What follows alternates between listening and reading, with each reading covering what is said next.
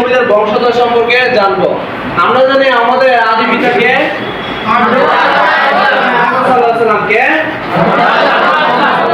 অর্থাৎ হাওয়া আলাইহিস সালামের ছিল দুই পুত্র হাবিল আর কাবিল। হাবিল আর কাবিল তারা ঝগড়া করে তারা এক ভাইকে হত্যা করলো। জানো এই ঘটনা? হাবিল আর কাবিল ঝগড়া করে কাবিল হাবিলকে কি করলো? কিন্তু এই হাবিলই ছিল সবচেয়ে ভালো। নবীর পুত্রদের মধ্যে হাবিল ছিল সবচেয়ে কি ছিল? ছিল। এই হাবিলকে হত্যা করলো। তখন আল্লাহ তাআলার কাছে অর্থাৎ হাওয়া আলাইহিস সালাম আর অর্থাৎ কি আদম আলাইহিস সালাম কান্না করতেছে, হে আল্লাহ আমাদেরকে একটা ভালো পুত্র দিলে আবার তুমি নিয়ে নিলা। তখন আল্লাহ তাআলা কি করলো? খুশি হয়ে অর্থাৎ শীশ আলাইহিস সালামকে আবার আদমের পুত্র হিসেবে আল্লাহ দিল। শীশ আলাইহিস সালামের বংশধর ধরে আসছে অর্থাৎ নূহ আলাইহিস সালাম। কি নাম বললাম?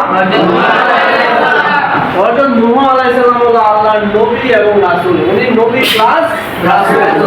কিন্তু সবাই কিন্তু নবী ও রাসূল না। যাদের উপর কিতাব নাজিল হয়েছে তারা নবী এবং তারা রাসূল।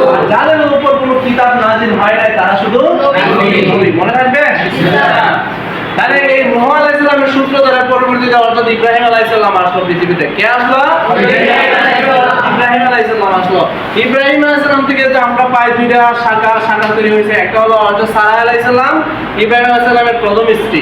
এরপর হলো আমরা পাইলাম অর্থাৎ হাজরা আলাইহিস সালাম, অর্থাৎ হাজরা আলাইহিস সালাম ইব্রাহিম আলাইহিস সালামের দ্বিতীয় স্ত্রী। অর্থাৎ সারা আলাইহিস সালামের বংশধর আসলো পরবর্তীতে অর্থাৎ ইসাক নবীর পরে অর্থাৎ ইয়াকুব নবী। অর্থাৎ ইয়াকুব নবীর পরে আসলো ইয়াকুব নবীর ছিল 12 পুত্র। কত পুত্র? 12। এক পুত্রের নাম ছিল অর্থাৎ ইউসুফ আলাইহিস সালাম। কি নাম ছিল? ইউসুফ আলাইহিস সালাম।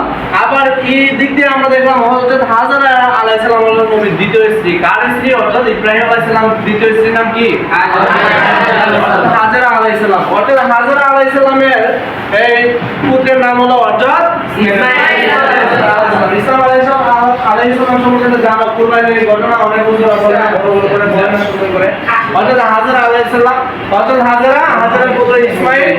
দেখো ইসমাঈল থেকে পরবর্তীতে ইসমাঈল থেকে বংশ আসলো নবীর বংশ। অর্থাৎ এখানে কিন্তু উনি নবী না, আব্দুল মুত্তালিব কিন্তু নবী না। পরবর্তীতে আসলো আব্দুল মুত্তালিবের বংশধর হলো আব্দুল্লাহ।